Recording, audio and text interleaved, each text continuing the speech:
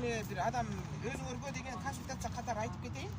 Себеби дегенде азыр ар бирибиз узартып атат. 6 ай болобу, 3 ай болобу узартып атат. Узаткандан кийин ушул күнгө чейин процентти төлөтүп атат. Андан кийин элементарный пример да 2021-жылы январда бүтө турган болсо, 2021 6 айга узарта турган болсо, значит июлга чейин узартылат. Ошондо силер азыркы деген учурда деген эме узартып койбойбу, пролонгация кылып банктар узартып койду, бирок анын процентин төлөп атат. Себеби деген силер бул международный уровеньдеги деген тиги кризис болуп аткандан кийин төлөткөнгө акылар жок. Бул форс-мажорный обстоятельства деп коет да.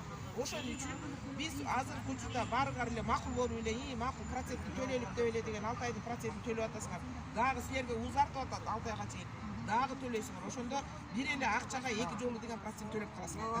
Ошондой кылбаш үчүн деген биз ошол көңгөйлөрдүн баарын чечиш үчүн бул жерде тургандардын ар бириңер биз офисибиз бар. Ошол жерге офисте содержать эткенге деген предварительный деген баягы деген взнос болуш керек. Бул адамдардын деген чынын айтканда деген баарыбыз туалетке бесплатно киргизбей турабы?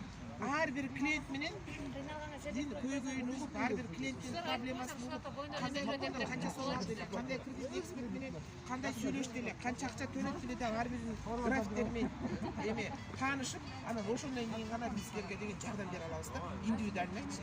Себеби деген баарыбыз тең эле деген, бирок мен ушундай болуп атат, мынча төлөдүм деп кээ бир эле төлөп атат, августка чейин төлөдү, мынча төлөдү деп кайра ошолордун баардыгы тең 2 суммага кошушубуз керек да. Себеби деген бул форс-мажорный обстоятельства. Доход мен сумкам. Вот эме доход түшпөй турган болсо, эч нерсе түшпөй турган болсо, биз кайерда төлөйбүз. Фамилия аты жөнүңөрдү айтып. Оразалиева.